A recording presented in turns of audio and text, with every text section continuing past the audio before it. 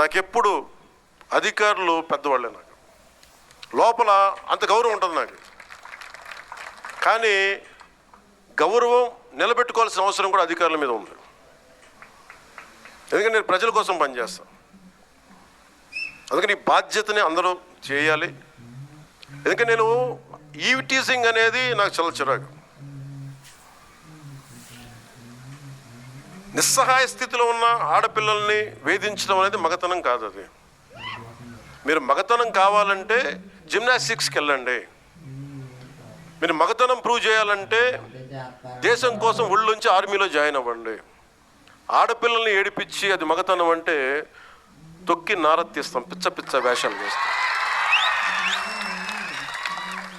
ఎందుకంటే ప్రతి ఇంట్లో ఆడపిల్లలు ఉన్నారు. తల్లి లేకుండా మనుగడ లేదు సృష్టిలో. మీరు ఆడబిడ్డలకి పోలీస్ శాఖ కూడా నేను చాలా బలంగా చెప్తా ఉన్నాను, ఇంకొకసారి నాకు ఈవ్ టీజింగ్ అనేది నాకు కనిపించకూడదు పిఠాపురంలో. This is my directive. ఎందుకంటే నా నియోజకవర్గాన్ని నేను సవ్యంగా చేసుకోలేనప్పుడు, నా నియోజకవర్గాన్ని నేను సరిగ్గా కాపాడుకోలేను, నా డిప్యూటీ ముఖ్యమంత్రి పదవి దేనికి, అధికారులు ఉండడం దేనికి? నేను చాలా స్పష్టంగా ఉన్నాను ఈ విషయంలో. వీళ్ళను కొడితే క్రిమినల్స్కి కాస్ట్ లేదు, గుర్తుపెట్టుకోండి. తప్పులు చేసి కులాల వెనక దాక్కుంటే బయటికి తీసుకొస్తాం, గుర్తుపెట్టుకో. కులాల వెనక దాక్కోకండి. వాళ్ళు క్రిమినల్స్కి కులం లేదు, ప్రజాప్రతినిధులకి కులం లేదు. We are very clear about it. చాలా స్పష్టంగా ఉన్నాం దాని మీద. ఈయన కొడితే మాకు ఓట్లు పోతాయి. నేను అధికారులందరికీ చెప్తా ఉన్నా, సార్ ఈయన అరెస్ట్ చేస్తే ఓట్లు పోతాయి. హిందువులకి ఓట్లు పోతాయి. ఎవరు వెనకేసుకొస్తారు వీళ్ళని? నేనైతే వెనకేసుకురాను. మా కూటమిలో ఉన్న నాయకులు ఎవరు వెనకేసుకురారు. ఒకళ్ళు వెనకేసుకొస్తే సరిదిద్దుతాం. అంతేకాని నిస్సహాయంగా పవన్ కళ్యాణ్ బిడ్డలు బాగానే ఉంటారు, వాళ్ళు నాన్న రక్షించుకోగలరు. ఒక సగటు మనిషి, సగటు క్లర్క్, సగటు క్లాస్ 4 ఎంప్లాయ్, వాళ్ళని కదా సంరక్షించాల్సింది మనం.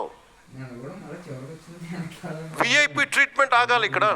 సగటు కామన్ మ్యాన్ ట్రీట్మెంట్ పెరగాలి. అది తిరుమలలో కావచ్చు, సగటు జీవితంలో కావచ్చు. ఇలా కాకుండా కూర్చోబెట్టి పోలీస్ 6 నెలల హనీమూన్ పీరియడ్ అయిపోయింది. హనీమూన్ పీరియడ్ అయిపోయింది అందరికీ, నాతో సహా. నాకు కూడా ఇంక లెర్నింగ్ కూర్చోబెట్టి రివ్యూస్ అని వదిలేసాను. నేను నుంచో చోట రివ్యూ చేస్తాను, అవసరమైన చోట నిలబడతాం. కానీ రాష్ట్రం అంతా తిరుగుతాం, మన పిఠాపురంతో మొదలు పెట్టుకొని. మీరు నన్ను నమ్మి గెలిపించారు, మీరు నన్ను, నేను మీకు నిలబడతాను, గుర్తుపెట్టుకోండి.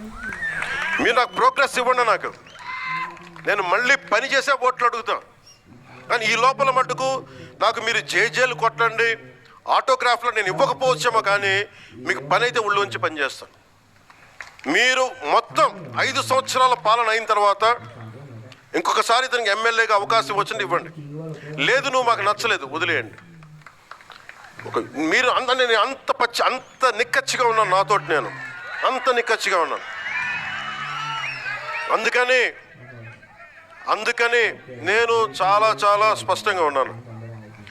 15 ఏళ్ల తక్కువ కాకుండా అలయన్స్ ఉండాలని మనస్ఫూర్తిగా నేను ఆ శక్తిపీఠాన్ని ఆనేసి చెప్తా ఉన్నా. కానీ అధికార యంత్రాంగం నాకు మీ సహకారం కావాలి. నేను గవర్నమెంట్ ఎంప్లాయ్ కొడుకునే, లేట్ గవర్నమెంట్ ఎంప్లాయ్ కొడుకుని. నేను కష్టాలు నాకు తెలుసు. జీతాలు రాకపోతే స్కూల్లో నుంచి బయటికి పంపించేసిన సంఘటనలు కూడా ఉన్నాయి, నాకు అవి తెలుసు. నాకు కరెక్ట్గా కూర్చోబెట్టి 1వ తారీఖు జీతాలు రావు, 7కో 8కో వస్తే స్కూల్ నుంచి పంపించేసేవాళ్ళు నన్ను. అవి కూడా చాలా సందర్భాలు జరిగినాయి. నా కష్టాలు తెలియదని చెప్పకండి ఎవరు, నా కష్టాలు తెలుసు. అందుకే నిన్న ఎందుకు తగ్గి మాట్లాడతానంటే కష్టాలు తెలిసిన వాడిని కాబట్టి. నాకు అధికారం అలంకారం కాదు, అధికారం బాధ్యత నాకు. కానీ నాకు పిఠాపురం బాగుండాలి. నేను చాలా స్పష్టంగా ఉన్నాను. లా అండ్ ఆర్డర్ కనుక ఎవరన్నా సరే ఇష్టరాజ్యంగా ఎవరన్నా సరే ఇష్టం వచ్చినట్టు చేస్తే తొక్కి నారత్తిస్తాను ఒక్కొక్కరికి. మా ఇష్టం కుదరదట్లా.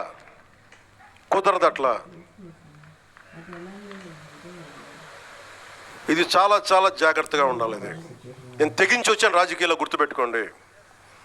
గుండాలకి చంపేస్తానంటారు నన్ను. మొన్న అడవుల్లోకి వెళ్ళాలంటే నక్సలైట్లు మందు పాత్రలు పెడతారంటే పెడితే పెట్టండి, పేలిపోతాను, కానీ నేను ఆపను నడక. అంత తెగించున్నాను, గుర్తుపెట్టుకోండి. ఎందుకంటే నేను అభివృద్ధి కావాలి. పోలీస్ వ్యవస్థ ఏం చెప్తారు, సార్ అక్కడ వెళ్తే మీరు మందు పాత్రలు ఉంటాయి, ఇబ్బంది పెడతారు, భయపెడతారు. భయపడేవాడిని రాజకీయాల్లోకి రాకూడదు. మంచి చేయాలని వచ్చాను, నాకు భయం లేదు. నాకు అంటే ఇంత తెగించిన వాడిని ఆకు రౌడీలు కానీ చిల్లర వేషాలు వేసేవాళ్ళు కానీ నేను భయపడతానా? అందుకని చాలా జాగ్రత్తగా ఆలోచించి అందరూ దయచేసి మసలండి.